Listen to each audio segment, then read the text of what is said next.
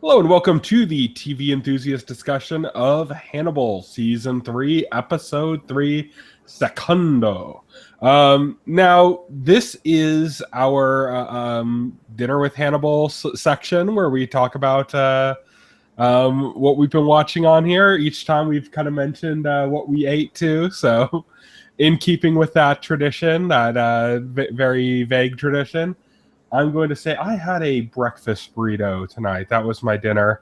I'm feeling a little bit sick just because I might have a sinus infection and just wanted to have something really easy and quick. So went out, grabbed a breakfast burrito. That was my dinner. No cannibalistic puns there. I had spaghetti, keeping with the show's Italian theme. Did you have secondos? No secondos, actually. I got a stomach ache after I ate it. And I was like, oh man, this sucks. It was good. Just gave me a stomach ache for whatever reason. Try the garlic.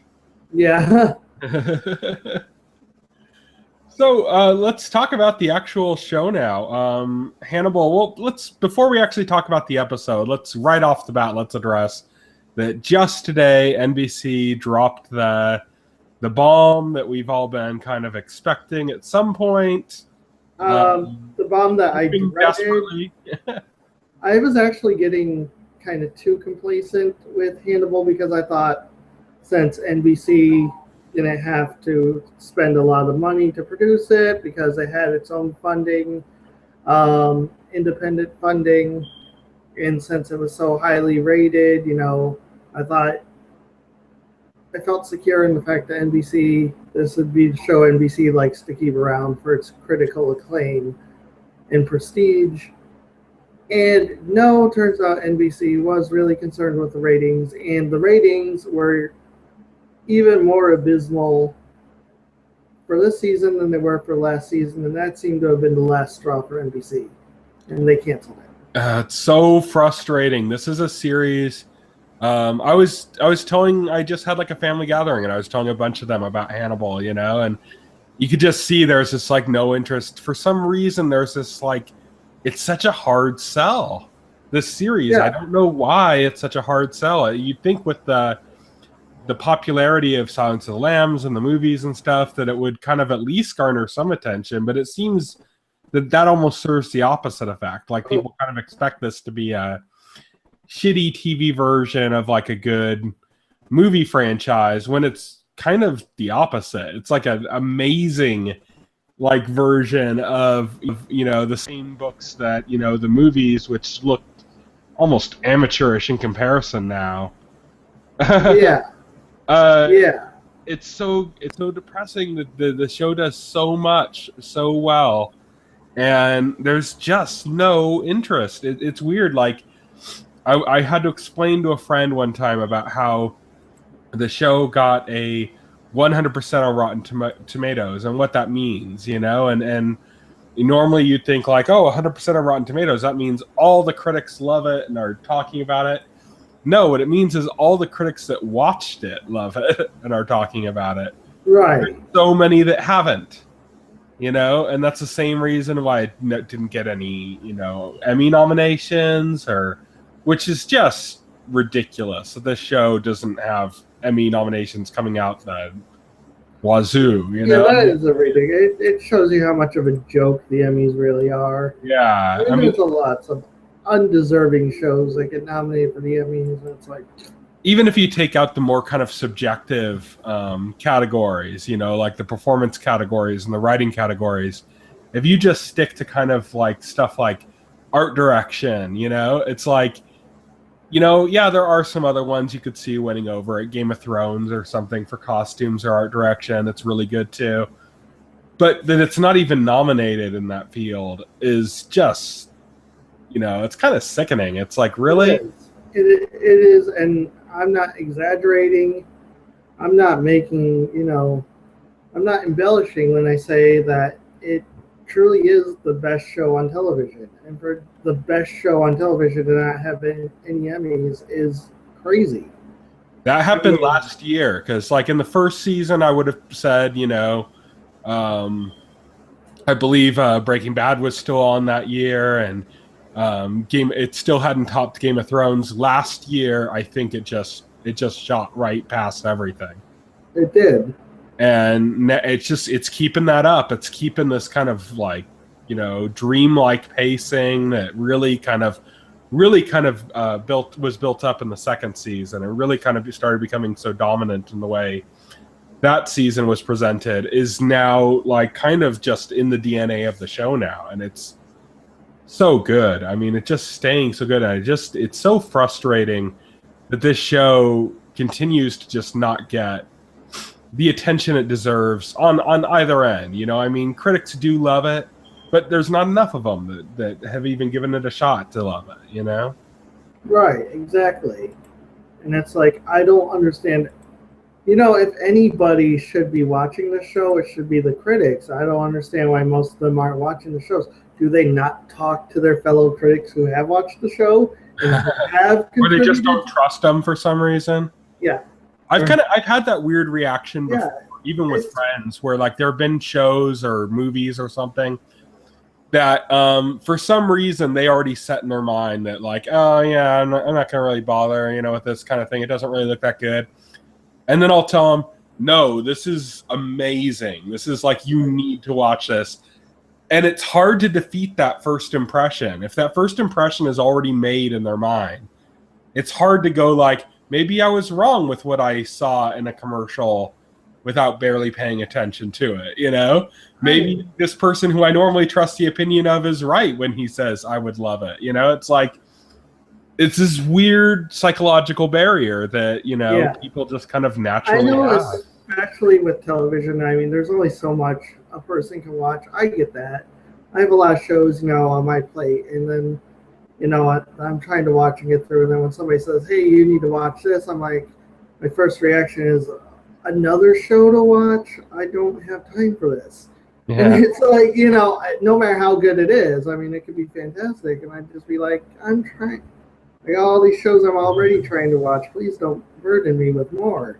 And, this year I dropped a bunch of shows that some of them are quite good, but I just didn't have room for them. But Hannibal is just far and away, so far above those shows, I dropped Vikings this year, not because I didn't like Vikings, but because I kind of got everything I needed out of Vikings and more from Game of Thrones. Right. I got the kind of the things I liked about Vikings were in Game of Thrones as well, but to a much larger degree. Right. I watched Vikings like a couple episodes, and it's an all right show, but there's nothing wrong with the show. It's nothing wrong with it, but it seemed to me like it was created, it was made to kind of chase that Game of Thrones audience, that popularity. Hannibal. It's not as good, It's great. It's a good show, but it's not Game of Thrones good. Yeah, it's not Game of Thrones good. So if I'm gonna watch a show like that, I'm gonna watch Game of Thrones. Yeah. Hannibal is entirely its own beast. It's not. Yeah, there's nothing comparable. There's nothing comparable. It wasn't created to go after another show's popularity, or there's no other show taking it. It doesn't take its influence from any one thing, any one show, book, whatever. It doesn't. It is entirely unique, and I think that's part of what makes it special. Yeah.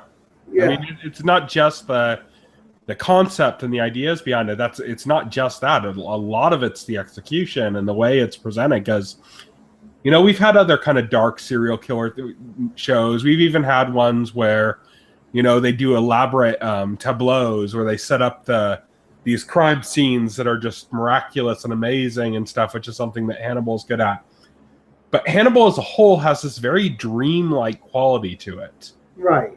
That is completely different than any of those shows. It feels like a dream. It feels like you're half awake. Yeah. When you're watching it. Yeah, when you're watching. In a mood, and it's just so amazing. It's just so annoying that and the thing is, I understand that not everyone is going to watch it because You know, you have people that just can't take the gore and stuff like that. You know, when I was talking to my family about it, you know, like my sister-in-law, she cannot handle scary or gory at all. She has like no tolerance for it. She just can't take it. So I didn't even bother like trying to pitch it to her as something to watch. And I get it. I get it. It is different. It is more cerebral than your typical television show. It's not a straight up procedural. You know, it's not a straight up serial killer drama in the way that you would expect.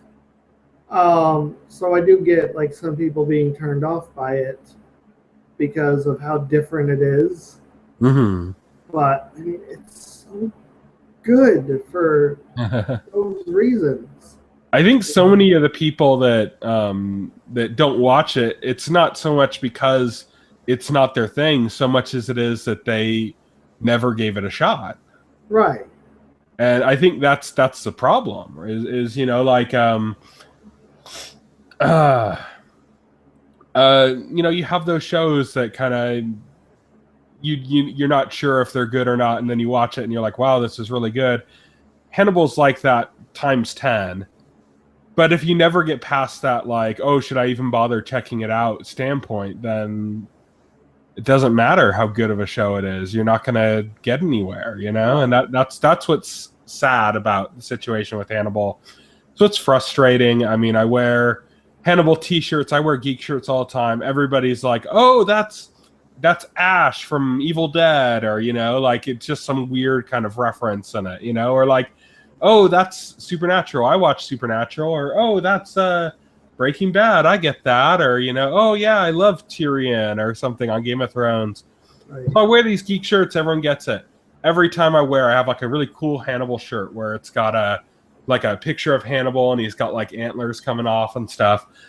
And everyone looks at it because it looks so iconic, because that is an image from the show that's so iconic that they feel like they should know it. And then they just give these puzzled looks because they cannot, for the life of them, figure out what it is. It's right. Like they're like, oh, that's like a really iconic thing. I should know what that is, but I have no idea. And it's because they haven't seen the show or probably even heard of it. Right, or probably even heard of it. And that's just so frustrating. Yeah. And I predict Hannibal will go down as an all-time cult classic. You know, like Twin Peaks, you know, like other shows that were short-lived for their time, probably not widely watched, but were excellent and have had very faithful followings that grew larger as time went on. I think Hannibal is going to be like that. That's why I wish so much that this was on Netflix. Amazon has a contract that gives them exclusive rights to the streaming. The problem is, I think that people go to Amazon because like I've mentioned this before, the interface on Amazon Prime Instant is crap. Nobody goes to Amazon Prime Instant for discovery. You know, they go there because they know about something and they're going to check it out. Right. I can't remember. They've heard about Transparent, so they're like, well, I'm going to go on and look up Transparent. They don't go there to go like, I'm bored, where's a show that I can, you know, put some time into and see if it's any good. That's what people do with Netflix. Yeah, that's why, I'm always browsing Netflix to see what's on Netflix. I never actually go to Amazon Prime to watch anything. Yeah, like, unless there's something specific I'm going to find, I never browse it. Yeah. And if it's the interface sucks, and everybody knows that, and everybody kind of feels that way, and because of that, nobody just bothers, you know? And I think that that's a huge disservice to the series, unfortunately, that it's an exclusive on Amazon, because I feel like if this was on Netflix, it would be a discovered show. It would be. Like people would find it, and they'd go like, oh, this looks kind of interesting. I guess I'll check this out. Or I've heard good things. I guess I'll check it out. Yeah, I think Hannibal. Yeah, I think Hannibal. You're right. Hannibal is handicapped by not being on Netflix. I think a lot of people nowadays are discovering new shows through Netflix. Mm-hmm. And I think a lot of people probably would. The ratings for season 3 if Hannibal had been on Netflix this whole time, or even on Hulu, which I'm shocked it's not on Hulu. Yeah. But even if it was on Hulu, I would imagine that the ratings for its new season would be higher than they were because NBC's canceling it because ratings were abysmal. Well, you don't have them streaming anywhere except for Amazon. How many people use Amazon? What's the user base of that? Well, that's the thing is, so they actually advertised this season, which I don't think they've ever advertised the show before. Right, they wanted better ratings, and it's like. But the problem is you can't jump in on season 3, episode 1 of Hannibal. It just does not work, and they provide you no answer as to where to find it. So even if somebody watched the commercials that were advertising and said, maybe I should watch Hannibal, what would they do? They'd hop on Netflix, they'd look it up, they'd see it's not there, and then they'd forget about it. Yep, they'd forget about it. It's like, well, that wasn't that important anyway, you know? Yeah. So I think I'm going to say it. I'm going to go ahead and say it. Hannibal not being on Netflix is the reason it's canceled. I'd say so too. I think people would have probably found it during the last summer when there wasn't much on TV. People would have found Hannibal on Netflix if it was there, and word of mouth would have spread even more than it does now, and it would have taken off, and it would have done well. I directly attribute it. It's the kind of show. That's the thing is. I kind of like a niche show, because this is a niche show. It's very cerebral. It's very dark. I mean, you have to be not only capable of going in with the mindset that you're going to be seeing very disturbing imagery, which is already a barricade for a lot of people. Yeah, it is already there. Even when you get past that, it's not even like a fun, action, hilarious kind of like, oh yeah, check that out. Somebody got, God or whatever. It's not going to be like that either. It's a very dour show too. Mm-hmm. It's not upbeat. It's got so many barriers of entrance for people that's the problem with a show like this. Is it needs to kind of be able to cast a wider net in order to make its catch, and that's the problem with Amazon. Is Amazon's doesn't really cast a wide net at all. Yeah. Amazon Prime Instant. Netflix casts the widest net, This is a dour show. Nobody's happy. The bad guy wins at the end. I mean, it's a tough sell, but I think if people had a chance to, word of mouth can only do so much. You can tell somebody Hannibal is amazing, but if they can't go watch it after you tell them that, they're just going to forget about it, and, that's great. Word of mouth did nothing because they have the access is the second part of that. And networks, I think, do not understand this concept still. In 2015, with the internet happening, networks still don't get this concept that access is important if you want to build rating, if you want to have success, especially for struggling shows. If a show is struggling, give people that, and you want to increase the ratings, give people that access. Let the word of mouth do its thing. Mm-hmm. As long as people have access. Yeah, and you have to have that access because NBC finally advertised season 3. Like we said, they finally advertised. I was so happy to see advertising. The problem, of course, is that Hannibal is not a show you can just jump into. You have to watch from the beginning. You have to get into the atmosphere it creates and stuff. You can't just jump in season 3, episode 1 and understand the thing that's going on. Or by the time, because we talk about how Hannibal's so dreamlike and stuff, but it doesn't really start like that. Like the first episode of Hannibal is a bit more procedural-ish, and it kind of leads into it kind of fades into this obscurity and this dreamlike aspect of it kind of comes in over time. And so it's not so much that oh, you don't know what's going on because the plot's so complex or something. It's not so much like that you can't watch season 3, episode 1 and really just start there. It's that by then the mood is so established, it's so brought in that like it just you're gonna watch and be like, what the fuck is this? You know? Exactly. You'll be like, what the hell is this? But if you watch it from the beginning, you're kind of brought into that, you know, and it's almost like it's almost like you're falling asleep through the series, you know. I mean, that kind of sounds horrible because it's not a show you're going to fall asleep through, you know, at all.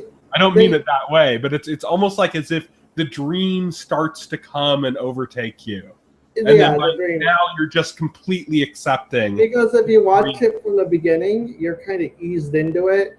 Yeah, the show starts out similar to being a standard procedural, where you got Will Graham and Hannibal solving various serial killer cases as we get this slow burn into the underlying plot of what's going on with Hannibal Lecter and Will Graham and their relationship. That is the real driving force behind the series. You are eased into that with this this familiarity of what these type of shows are supposed to be, like cop shows. And I think that's the benefit you get from coming in early, because if you start like in the middle, or you start like, you know, season 3, then it's full blown into what they want it to be, and you're going to be lost. Yeah, exactly. It's so frustrating. Let's get on to actually talking about the episode. Let's get on to something positive, because I don't know about you, but for me, this was another stellar standout episode. Just killing it episode after episode. Oh yes, the show always kills it, and then eats it for dinner. But yeah, this was amazing. Will Graham going into Hannibal's past, going into his childhood to find out what makes Hannibal tick. Is it just me, or did Hannibal's childhood home, when you see Will Graham at the gates and you see Hannibal's childhood home behind it, did that kind of like give you like vibes of like Dracula's castle? Oh, definitely. Got that Transylvania vibe all over it. Yeah, definitely. You know, like he's heading into this, like you almost expected, like, you know, some like villager from like the 1700s to go, don't go up there, sir. That land is cursed, you know? Like you practically kind of expect that. It's like this is this massive property estate, but it's this like decrepit, you know, like it's just, yeah, they did such a good job of like establishing that. And it's just that I couldn't help but think Hannibal's been playing off that Hannibal is like this larger than life, kind of almost non-human character, you know? Yeah, like this non-human. Yeah, like this non-human evil, like Dracula. Like Dracula or Satan, yeah. Or Satan, you know? Yeah, I mean, so I can't help but think that was deliberate, that was like kind of a deliberate reference.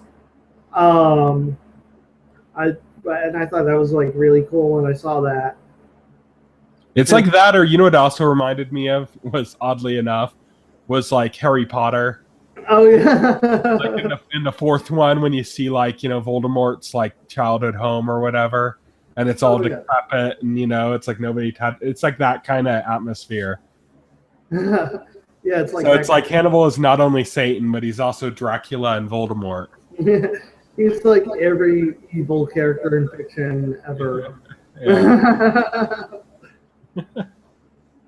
Next we have to see the reference to him being like Sauron from Lord of the Rings. Or... I know, right? Reference to him being Thanos. He has to bring his army of White Walkers, and but yeah, it really does pull off that imagery when you get there. We get to meet a new character connected to Hannibal's past, named Chio. So we did a casting story on this way back, because this season was actually kind of delayed quite a bit. And this is one of the first casting stories to come out about this show. I think it happened sometime before Comic-Con last year. Yeah. So I don't know the actress. Yeah. She hasn't done too terribly much. She's a Japanese actress. Uh, she did do a bunch of like modeling and stuff. I used kind of a cool picture I found from her modeling work for the story that when we did the story about it. I was gonna say she's really pretty. Yeah, I was like odd that Will Graham goes to this decrepit, creepy place, and the first thing he encounters is this beautiful woman walking around with a gun. And I'm like, with 2 pounds of pressure on the 3-pound trigger. On the 3-pound trigger, yeah. But that was also a really cool scene, when he's hiding and she points the gun right at him, like almost like she senses he's there. Well, first she kind of scanned the area, and it was like she kind of was vaguely, like noting almost like she could kind of sense he was there, but he was kind of like, just thinking. You could imagine him thinking like, "Oh, that's just in my mind" or something. Then she shot like the duck or the whatever, the bird, and you're like, "Oh, okay." She was just did that. She was just looking, and then it cuts back, and she's aimed right at him. Yeah. She like shoots back, and then he aims it right back, and I'm like, wow. Like almost like she was showing off, Yeah. Like, this is how good I am. We're talking about Hannibal's estate in Lithuania, and this character, we got to see another character, unnamed as of yet, but played by somebody familiar to us. This is Death from Supernatural. If you guys ever watched Supernatural, the character of Death, the actor who plays him was the caged man, the prisoner of Chio, the one that she was keeping in this decrepit cell. And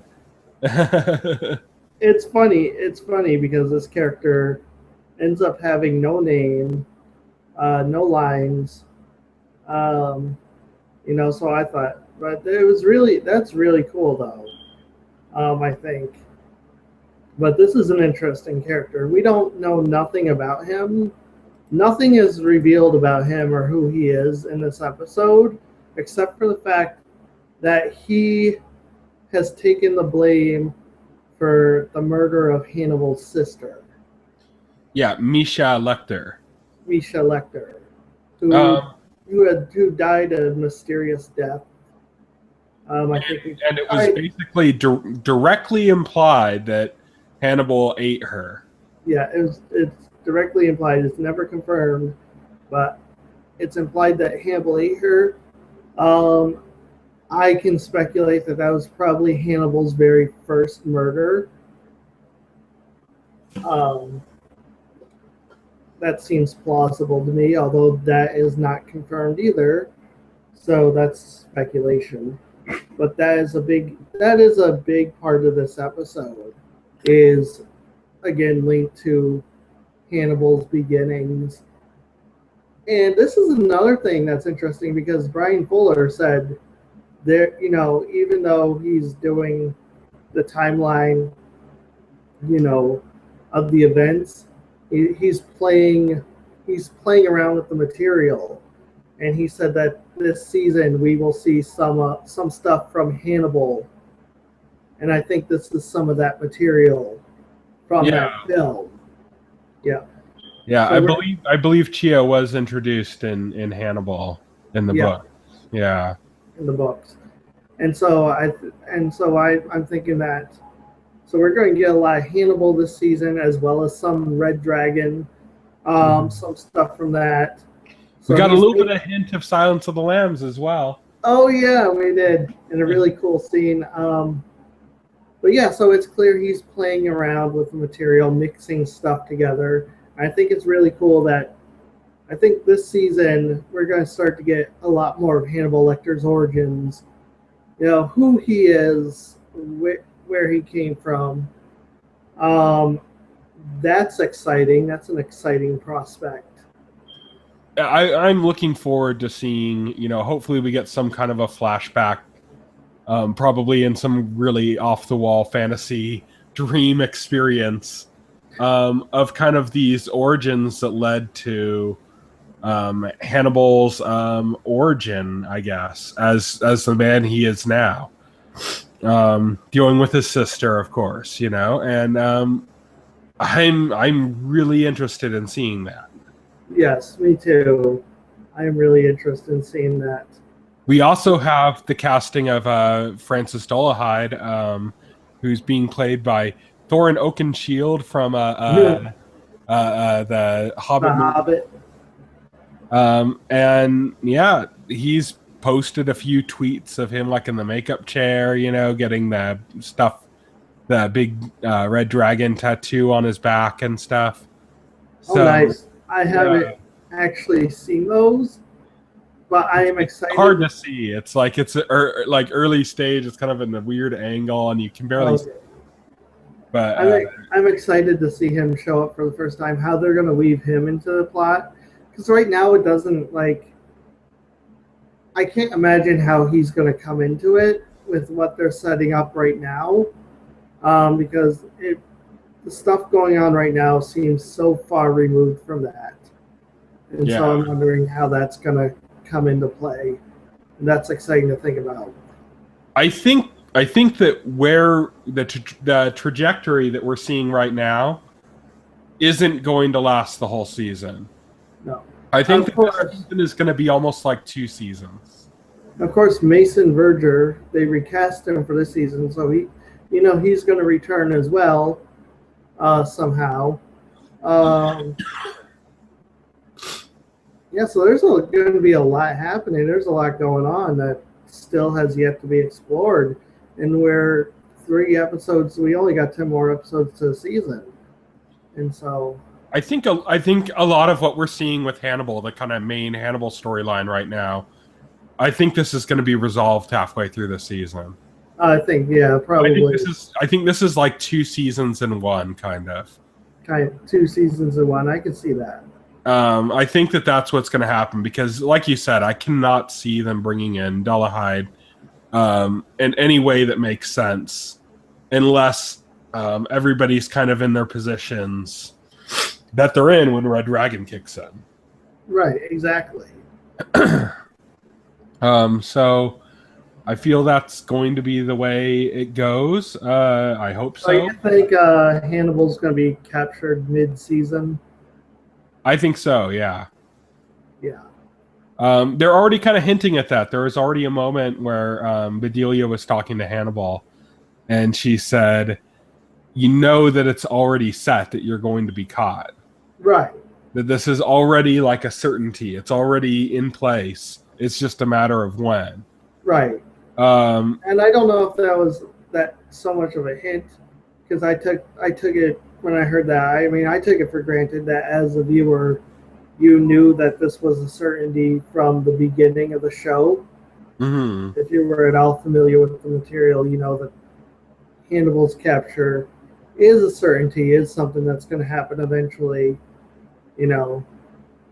I think it was her way of basically, or not her way, but the show's way of basically acknowledging that like, yeah, even though, the kind of Hannibal Will Graham relationship stuff before Hannibal was caught in the books is like a very small portion of the story. Right. And I think it's kind of like their way of acknowledging, yes, it is coming up. It is coming up. Yeah, it's a very small, which in this show, it's the basis of what the show is about. The show is fundamentally about this relationship that Will Graham has with Hannibal, and it permeates every aspect of the show. Mm-hmm. I think what we might get is because they don't have the rights to Clarice from Silence of the Lambs.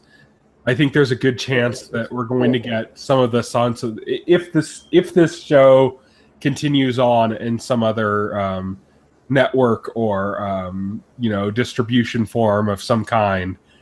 I think that the way they're going to continue it on is that part of Clarice's story will probably be taken over by Will Graham, and part of it will be, maybe brought in with new characters. I don't know. Yeah. It's a shame they don't own the rights to Clarice. I heard that Lifetime was supposedly developing a Silence of the Lambs TV show featuring Clarice. I was like, no, I hope nothing happens with that. Yeah. I couldn't watch a dumbed down Lifetime Silence of the Lambs TV show. I'm sorry. It's Not being retitled Her Lamb's Silence. their Lambs Silence. I mean, not after this. Not after this. I can't take a stupid show. But yeah, let's talk about some of the other stuff that's going on this episode. We finally got another part of our cliffhanger from season 2 resolved with the reveal that Jack Crawford is now in Italy, hanging out with Ronaldo. Jack Crawford is alive and well, as well as I don't know how well. I mean, he seemed fine. I don't know, maybe mentally, physically, maybe yeah, physically he's well. But it's interesting because Jack Crawford is not there for Hannibal Lecter. He is there for Will Graham. Because when Ronaldo was talking about Hannibal Lecter with Jack Crawford said, this is your house. This is your fire. It's not mine. I have nothing to do with this. And so it's clear that Jack Crawford is not interested in going after Hannibal Lecter or getting revenge or whatever motive. He is purely interested and focused on Will Graham and getting Will back. Yeah, I think he feels a lot of responsibility for what's kind of happened to Will and Will's current struggles, both in his relationship with Hannibal, but also in just simply Will's deteriorating mental health or seeming deteriorating mental health. This is another thing that's kind of interesting because we talked about the relationship Will has with Hannibal, but we don't talk about the relationship Will has with Jack Crawford, which is it's kind of like it's not just like about Will and Hannibal. It's like this triangle because Will also has this relationship with Jack Crawford that's kind of counter to his relationship with Hannibal. And it's like we saw season 2 really play with that towards the end, because the two relationships are conflicting and they both play to, I think each one plays to I think Hannibal and Jack Crawford are kind of like symbols of the two halves that make up Will Graham, because there's the half of Will Graham that is a decent, upstanding person that wants to do right and always wants to do right, and that's the FBI agent. That's Jack Crawford. There's the other half of Will Graham that can be sadistic, that can be, merciless. That's represented by Hannibal, and I think that's another thing, that kind of dichotomy that exists within Will Graham. Yeah, definitely agree with you there. It's also, there's kind of like, I think that Crawford and Will kind of have like almost like a father-son kind of relationship. Not necessarily a good father-son relationship. No. kind of like a father that puts too much pressure on his son. Right. Like a father that wants his gay child to become a football player and be macho and stuff, and just deal with things. And even though that's not him, it's almost like that's the kind of relationship that Will Graham and Jack Crawford have. Whereas Hannibal Will's almost like they're almost like lovers. Yeah. They made references to that. You don't choose who you fall in love with, and they kind of overtly made mentions. They're almost like lovers. You're right there. It's an interesting way that the story has carried on with Will and Hannibal at this kind of I don't want to say gay undertone, because it's not implied that they're physically attracted to each other. No, it's not more just it's paralleling that kind of relationship. Right, it's paralleling that kind of relationship. It's not like there's no gay subtext, you know. Yeah, yeah. It's just that it is sort of like that because they're so in tune with each other, Mm-hmm. you know. And Jack Crawford even he recognizes that too. When he tells Ronaldo, you know, who doesn't want to be understood and accepted, you know, Yeah. because he acknowledged that Will Graham understands and accepts Hannibal. Yeah. And Hannibal is ready to forgive Will by eating him. By eating him. uh, Hannibal does not, when Hannibal says he's going to eat Will Graham, you know, he's not thinking of it as another one of his typical victims, like the professor he just kills in this episode. which let's talk about that right now because that was an amazing death scene. That was an amazing death scene. It kind of comes out of nowhere because they're having dinner, like, you know, throughout the series, you know, you'll see Hannibal. Most of Hannibal's murders take place off screen throughout the series. You rarely see Hannibal kill somebody on screen. And so when that happens, you're actually not prepared for it because it's so sudden and it does happen on screen, like kind of out of the blue. And you're just like, whoa. When I was brushing through the episode looking for screenshots for the title card for this video, you could see him reach for the thing, but it's something you don't even pay attention to. Right. Because you're kind of engrossed in the conversation and the scenery and stuff, and then it's just like, boom, he just does it, you know? I mean, you're thinking Hannibal's obviously going to kill this guy, but you're thinking it's going to happen off screen, like most of Hannibal's other murders. You know, it's going to happen after the dinner, and you know something. You know, it's going to cut out, and then Hannibal's going to be cutting up meat, and you're going to be like, "Yep, he killed that guy." But no, right in the middle of dinner, on screen, bam, it just happens, and even Bedelia is taken aback. You know, even Bedelia is shocked at how brazen Hannibal is in that moment. Well, in a way, we're kind of seeing Hannibal devolve because it's like Bedelia said, you know, that he's going to be caught, like it's a certainty now, and it's just a matter of when. And I think that this is kind of like his way of dealing with that.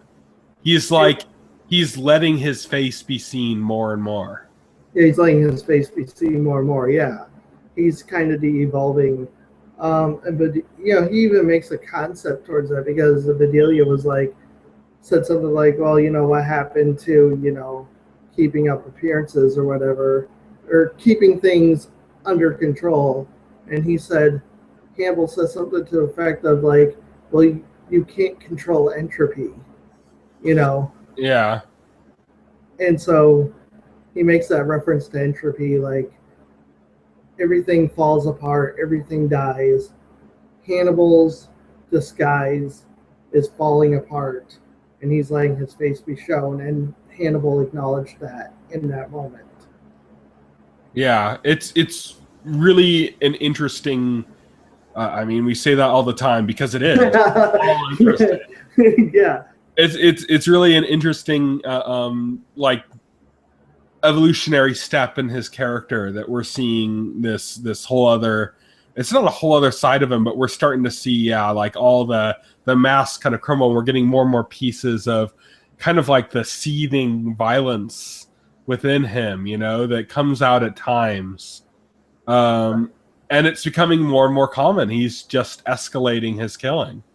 Yeah, he's just and that was part of what made Hannibal so devilish before was that he didn't kill too often. He was very careful about what he did and how he killed, and you know, and now he's becoming kind of more impulsive. And it's not like it's a mistake of his. It's like he already knows it's coming to an end. And so he's just kind of like, well, no reason to be careful anymore. Right. And it's fascinating to see a character go through that change, a character like him. It is. And because he's Bedelia, becoming a whole different beast than what Will Graham is preparing to hunt. You know. he's becoming a different beast. He's more brazen. Bedelia says, I know how to navigate how I'm going to navigate my way out of my situation, but how are you going to navigate your way out of yours? And Hannibal says something to the fact like Hannibal doesn't know, or maybe he does know that he's not going to get out of it. Mm-hmm. And I think this is a reflection of that. Definitely. It's that death scene was just so amazing. Beyond just the original stabbing and how quick and sudden it was, it's the way that he actually didn't kill him. He didn't. He just tapped his brain. He tapped his brain, and then he just sat there and continued eating while he sat there. He lost his sense of sight and started kind of being confused about what was happening to him because his brain's been spiked. His brain's been spiked. And Bedelia, not being able to watch that any longer, took the spike out of his head and ended his suffering. And then Hannibal was like, well, technically you killed him. And it's like, placing the blame on Bedelia now. Yeah. Which is another, which is part of the theme continuing from the last episode where Hannibal asked Bedelia if she was a participant or a spectator, and I think another reason is Hannibal is getting her more and more involved with his killings, thus entwining her more and more, tightening the ropes around her. Mm-hmm. So he's being very devious about this too. It wasn't just an impulsive killing, even if it was, but he was also using it to further ensnare Bedelia and make it harder for her to get out of her situation. We also had a connection to what happened in the first episode of the season with Bedelia sinking into the water, which was a very beautiful shot in the first episode, and we kind of got like this hint of that again with Hannibal washing her hair and her kind of becoming more brazen and dealing with him, saying, "How did your sister taste?" Yes, pressing that button. I thought Hannibal was gonna lose it, but he didn't. I thought that was very brazen. Let's talk about the prisoner. So, I mean, we know he was played by the guy from Supernatural Death, but the prisoner is interesting. We know nothing about this character. Nothing's revealed about him, except that he's been blamed for the death of Hannibal's sister, and the woman on Hannibal's property has been keeping him prisoner because of what he supposedly did. For some reason, I immediately thought that this must be like Hannibal's father or something. Right. And I don't know if that is the case or not, but it's just like that was my immediate reaction. Yeah. Again, we have no idea what his relation to Hannibal is or what he was doing on the property in the first place. How he had access to her where he could be blamed for what happened, because no details about this character are ever given in this episode. Mm-hmm. Nobody says anything about where he came from or who he is. He is just this prisoner that's being held for a crime he did not commit, that we all know Hannibal committed. Yeah. Well, we don't know for sure. We don't know for sure. I know in the book, it's implied or it's said that Hannibal was forced to cannibalize his sister by Nazis. Obviously, they can't go into the Nazi well because Mads Mikkelsen is just way too young to have been around during World War II. So they're kind of taking a different approach, and it's not like they can just substitute Nazi Germany for some other thing and make it as believable and rich, Right. so they're taking a whole different approach with this. That's why, like, I think I felt immediately that it's like his father. Like, the image in my head I got is that Hannibal's father was fucked up, and I feel that, like, maybe he is kind of responsible for the kind of direction in his life that Hannibal took, and that maybe his father did kill her, or maybe Hannibal and him killed her together. I mean, this is all supposing it's his father. I mean, who knows? Yeah. There's so many possibilities. It could be his brother. It could be some random stranger. It could be just about anyone. Well, Will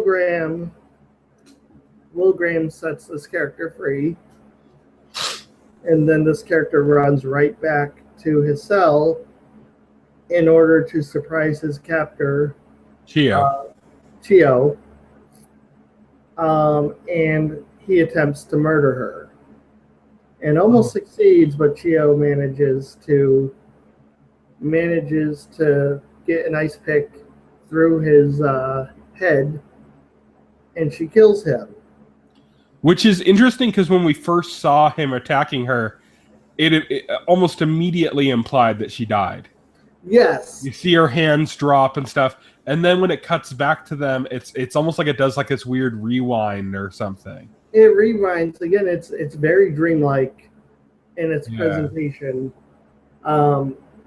It's very dreamlike because we get it plays with us, because we do get the impression that she dies, and then it cuts, and then it comes back, and it rewinds, and through the rewinding, we see what actually ends up happening.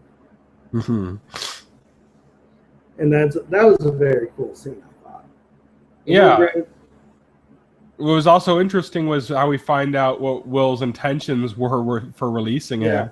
Was basically expecting that to happen.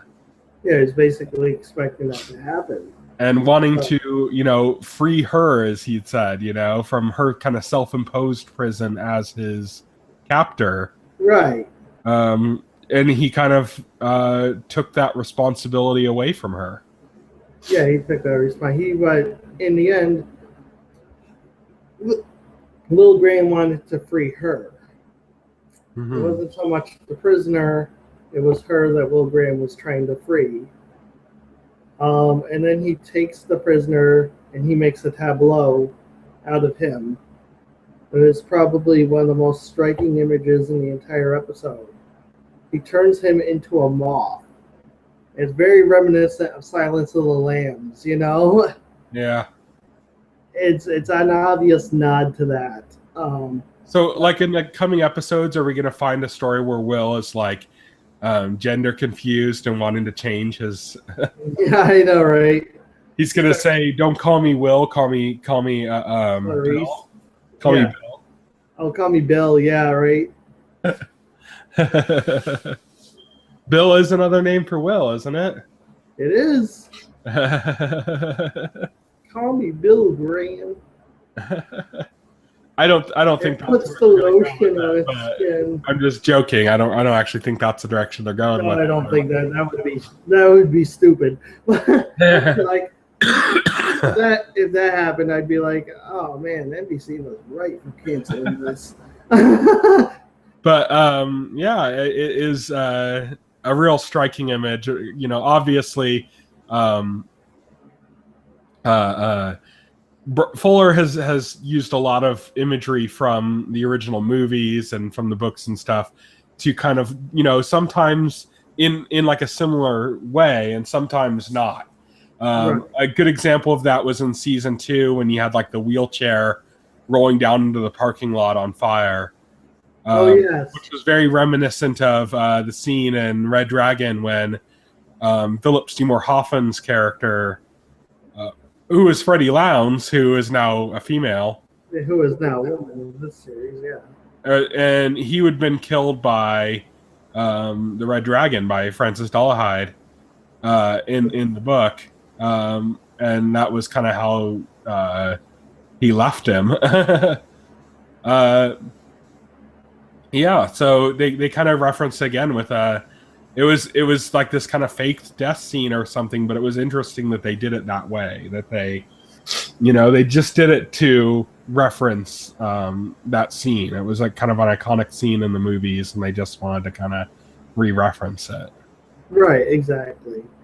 Like I said, Hannibal is almost like a remix of like all the elements from the various films and books that Brian Fuller is picking and choosing various elements from all this fiction that has been written and is rearranging them into his own narrative, which his own beautiful narrative, which is going to loosely follow the same plots and stories while being its own thing at the same time. Yeah. Is there anything else you wanted to bring up about the episode? I think we covered everything at this point. I think so, pretty much. Yeah, that's pretty much it. As far as what we have set up now, we have Bedelia's becoming more brazen in her mental chess game she's having with Hannibal. I want to say when Hannibal at the brazen in his killing. I want to say at the end, yeah, like I was saying earlier, at the end when Hannibal says he's going to eat Will Graham, it's not going to be like when he eats somebody else, like his typical murder.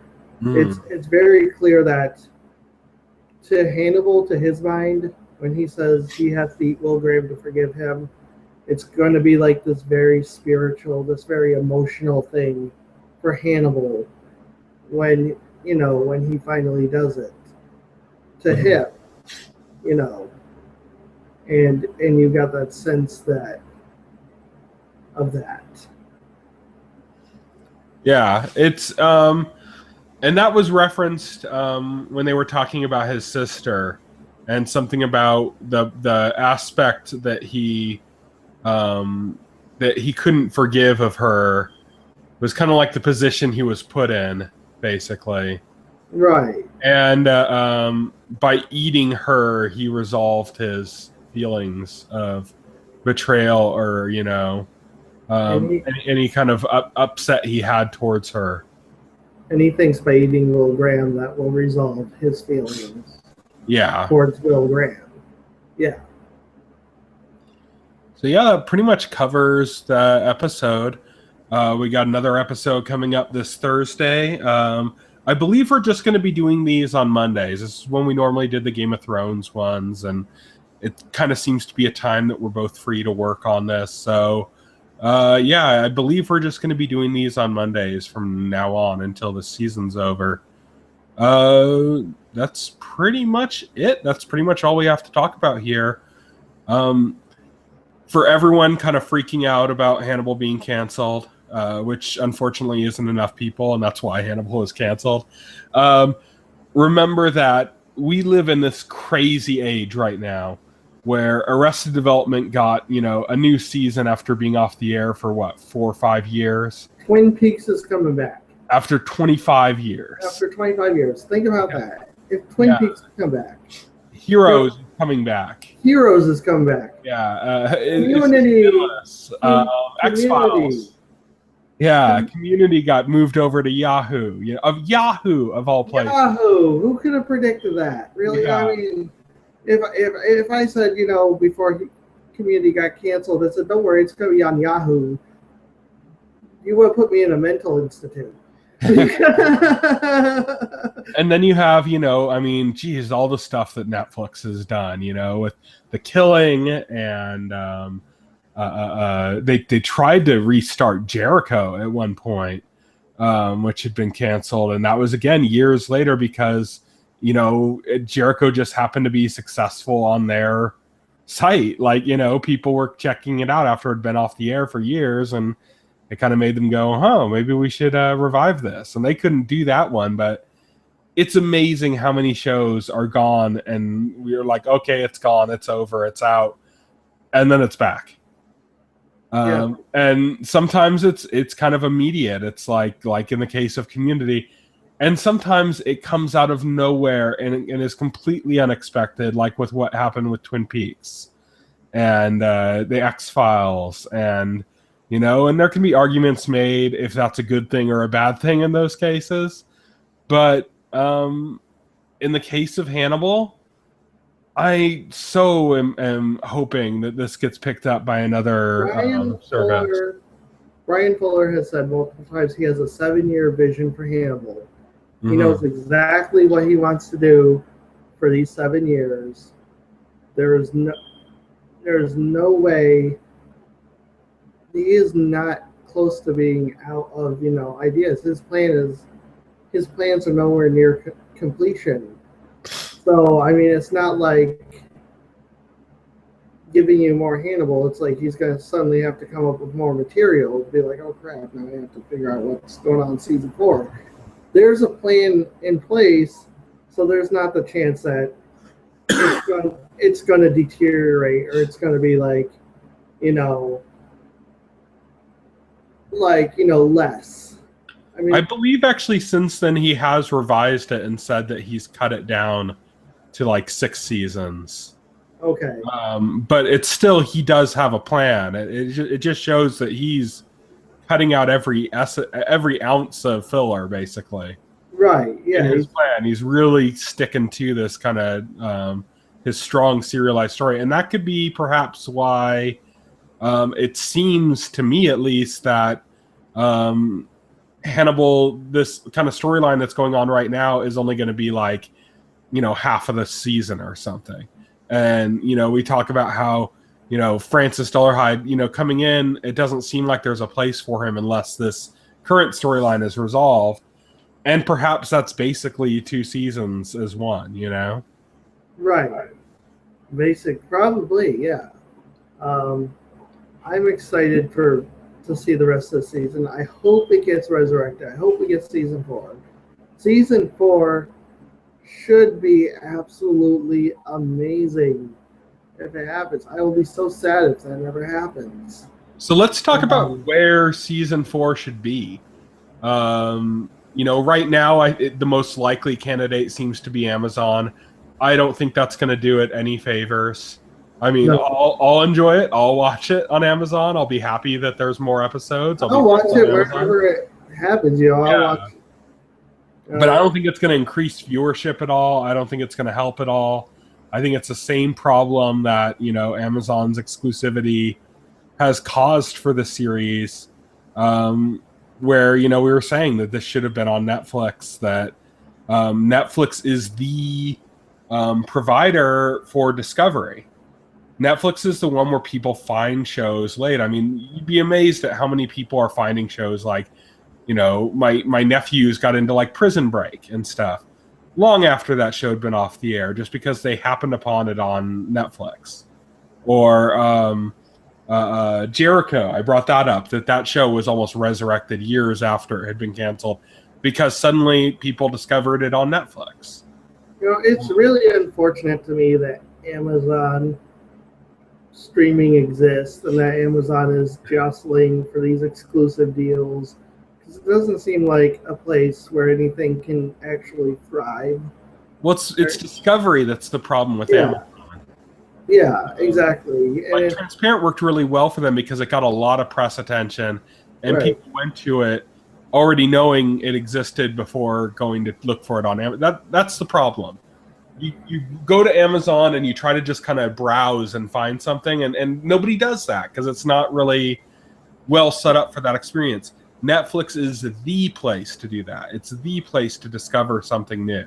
Right. And so, Netflix would be the ideal place for Hannibal season 4. And I'd love for that to happen. Of course, it wouldn't make any sense unless they could get those rights for the previous seasons as well. Right. And I don't know if Netflix would be so willing to pick up Hannibal if it can't get those rights. Yeah. If Netflix can't get those rights, they're probably going to pass on it and say nope. And that's a sad thing. I don't think Hulu has the budget. No. For a show like that. I don't know. Hulu just got the rights for Seinfeld. So they just bought the rights for Seinfeld. Yeah, but that's old episodes. They're just paying a licensing, and they don't have exclusive rights. Yeah, that's true. It's not exclusive, is it? Yeah. Oh. So I think I don't know. I think that I think Netflix is the best shot it has. Unfortunately, like you said, if they can't get those previous seasons, I doubt they'll do it. Right, exactly. Other examples, we're talking about the online space. Let's get out of the online space for a bit. You think of other examples. There's also, HBO or something like that. I can't see HBO doing it themselves I think because they're so into their brand. they're so into their brand. HBO is into shows that they produce themselves. Yeah. I don't think there's ever been an example of HBO picking up somebody else's show. I don't think I can see HBO doing it with their sister network, with Cinemax. Right. Cinemax has got a few kind of interesting shows on it right now. They have The Nick with Clive Owen. That's about that's involved. Steven Soderbergh's involved in that. Then they have Banshee, which is kind of like a weird kind of dramatic action series. So they've done a few things like that where you think like I could see HBO doing that through Cinemax, because it's the same ownership. Again, they're more into promoting their own content that they created in-house. They're not going to pick up somebody else's content. I don't see that happening. I could see Cinemax doing that because they did do Strike Back. Was Strike Back? I thought that was Cinemax produced. Strike Back was originally a British series, and it had been on for several years before it came over to America and on Cinemax. Another really interesting possibility. Brian Fuller's series American Gods was in development at HBO. HBO didn't go with it. Now it's on Stars now. By Stars. Stars is not afraid to do this exact move. They did it with Torchwood. They picked Torchwood for a mini-series, and they never had the rights to the rest of it, only the one mini-series. I could see Stars doing something like that. Stars doesn't have the prestige that HBO does or other cable networks, with their series. Stars has had a lot of trouble making a name for themselves. Mm-hmm. They had Spartacus. Spartacus was really good. And they have a few others that are, pretty good and stuff. They have Men's is pretty good, and they had Party Down, a Rob Thomas show, which was was very funny. Very funny. Stars has produced good content. They just have a problem getting people. I think Spartacus to date is still their most popular original program. Yeah, but they're clearly not afraid also of going after something and continuing something that didn't start with them. Which makes them kind of an interesting possibility. That's what I was trying to, that's what I was getting at. This kind of, the fact that they're not an established brand like HBO, they don't have that prestige, means they're more hungry and they might be more willing to go after a show like Hannibal to earn them some more prestige and awareness. I could see Showtime going for it just because of Dexter and how huge of a hit Dexter was for them. And just the idea of like, okay, here's kind of like a ready-built, it's already a critical darling, it's already there. But then I think they have the same kind of HBO thing. I think less rightfully so. I think HBO is like proven that their own content is impeccable, Showtime has this problem where they develop good series and then their executives get way too hands-on with it and then they spoil it. This seems to happen with everything. Dexter was a big example of that. Oh my God. Dexter. A lot of people who watch Showtime series say, they decay because the executives just get too hands-on with them, and that's a big worry. Speaking of Showtime, it's interesting because Brian Fuller's one of his shows, Dead Like Me, was originally on Showtime. He apparently had a very bad time on that production too. So Oh, even if really? Showtime could have some interest, just because like they could go like this could be our next Dexter. Um, Even if that was the case, yeah, I don't know if Brian Fuller would be eager to work with Showtime again. That's true. I mean, Dead Like Me did end after 2 seasons, and I wonder if that was because of conflicts between Brian Fuller and the network more than anything. Stepping down from the premium tier of channels like HBO and Showtime and all those, there are a lot of basic cable and digital tier cable channels that are trying to kind of start to make their own name for themselves in original content. Uh, a new one that's coming up is Spike. They're investing heavily in some kind of edgy, interesting kind of shows. Like they're doing some deep web one with Gary Oldman's producing, and they have that King Tut mini series that's coming up, and they're investing a lot into that stuff. And then you have, WGN, who just recently, they've had like that Manhattan series about the atom bomb, and all that kind of stuff stems back to FX and what FX did when they got like the Shield. Right, right. And so there's tons of different possible buyers there. Of course, the big problem you're going to run into there is the same you're going to run into with all those premium channels, and this isn't a show that started with them. Right. This is I think that's the biggest hit against Hannibal. Yeah, all these networks, they want to promote content that originated with them. Yeah. Their own content, because they want to say, they want to be able to say, this is a great show. We made it. It came from us. Mm-hmm. We're so great because we made this awesome show. Like AMC. AMC takes pride in Mad Men. It takes pride in Breaking Bad, The Walking Dead, because these are shows that originated with AMC. So another network can't exactly take that kind of pride in Hannibal. It's already established with NBC. It already is what it is. It's going to be great no matter where it lands, but it's not going to be great because of that network. Another possibility is somebody within the NBC family.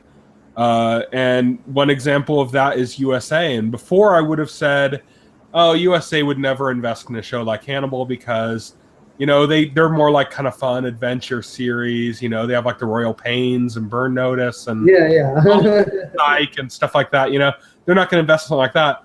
But Mr. Robot is their publishing. They're promoting the hell out of that. Have you seen all the commercials and then again, you guys think Hannibal shouldn't be on NBC either. What on NBC is like Hannibal at all?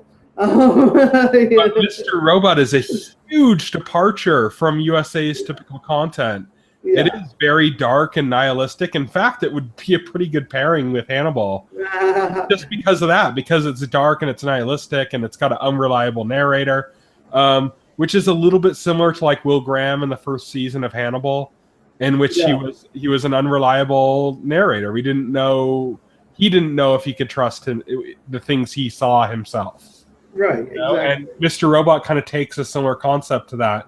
It's very Fight Clubby in Mr. Robot, but it's the same kind of like dour, kind of dreary show that like Hannibal would fit right at home with, Right. It'd be a good block of TV. It would be a good block of TV to have like Mr. Robot followed by Hannibal.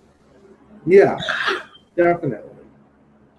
So that's something I never would have thought, was possible before, but now it just seems more and more likely that could work. And, NBC could marathon on USA because NBC doesn't, or USA doesn't run as much content. So they can do those things like, oh, we're going to do a marathon of this to catch you up. And so they could do that with Hannibal. They could marathon it and kind of get you caught up. It's similar to like what CBS did with Veronica Mars.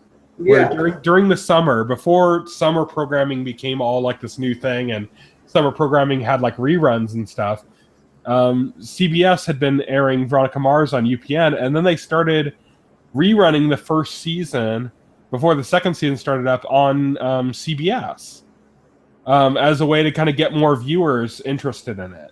Right, right. So yeah, I could totally see that working with USA because it's all in-house still at that point, you know? Yeah, it's all in house still. So And it seems like NBC is, or not NBC, but it seems like USA is pushing in that direction anyways to the kind of content that Hannibal is. Like that seems to be their next direction for the kind of content they want to pick up. right, So definitely. it seems kind of fitting, you know. Like I'd like to see that. I mean, that could work. I still think the best chance the series has as far as like growing in popularity and stuff is going to be Netflix. I think the most likely pairing is probably Starz, just because Starz is building up a relationship with Fuller right now for American Gods. And Brian Fuller doing Neil Gaiman, that's amazing. I can't wait for that. Yeah. I mean, even if Hannibal doesn't come back, then Brian Fuller is going to be completely free to do that, and that will have its own chance to be just as amazing as Hannibal was. And so at least if Hannibal dies, there's at least the silver lining. At least we don't have to wait years and years to see more Fuller on TV. More Fuller on TV. I mean, so that's super cool. I'm really looking forward to American Gods now that I know that Brian Fuller is behind it.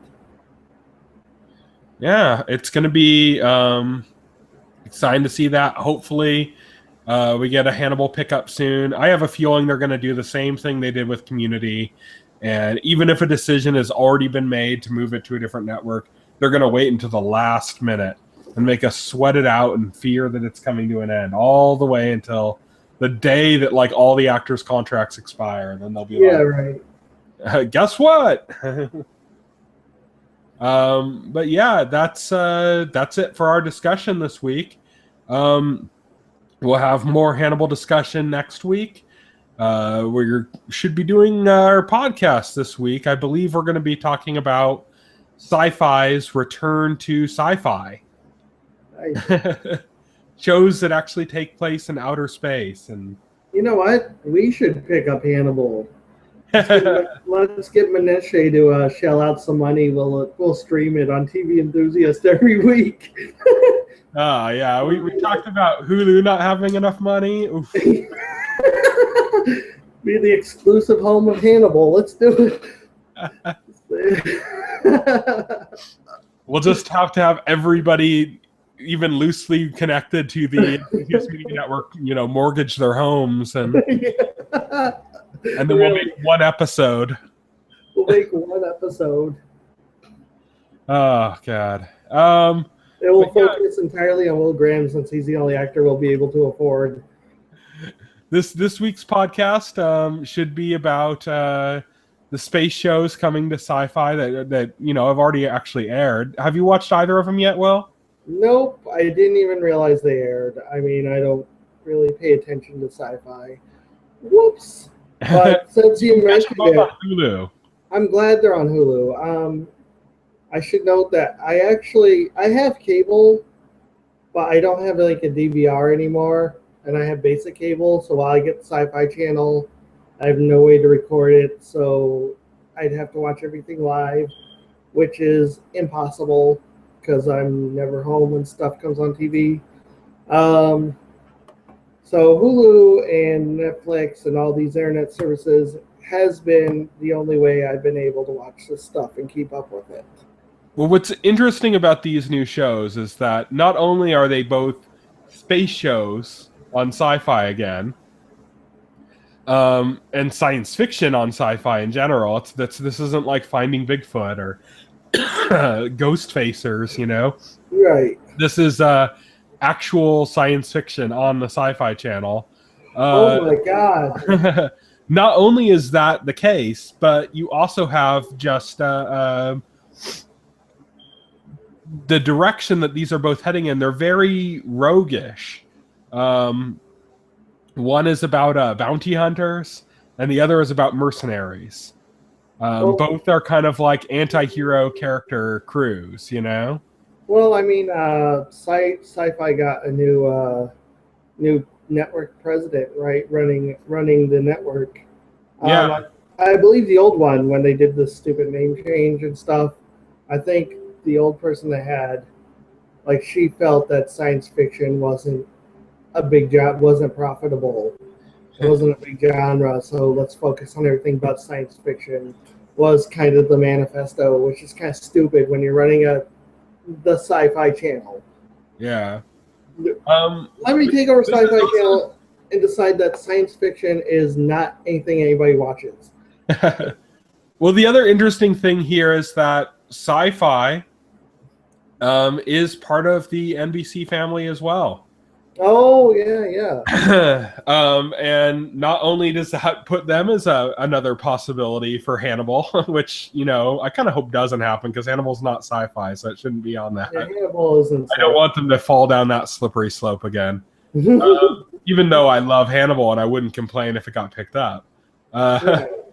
But not only that, but we saw the USA's making this big change in their content too. So it looks like NBC's trying to get their house in order.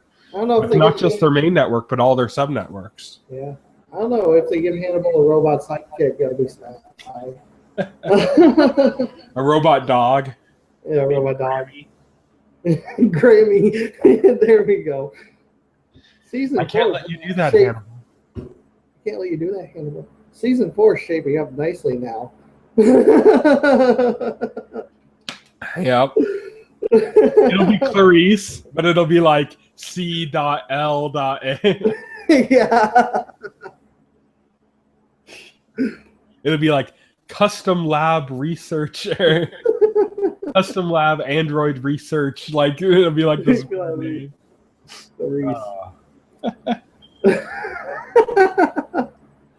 Well, anyways, on that note, goodbye until next week when we will be discussing episode 4 of season 3 of Hannibal, and talking about our dinners for some reason. Thank you everybody for watching, and bye. Bye.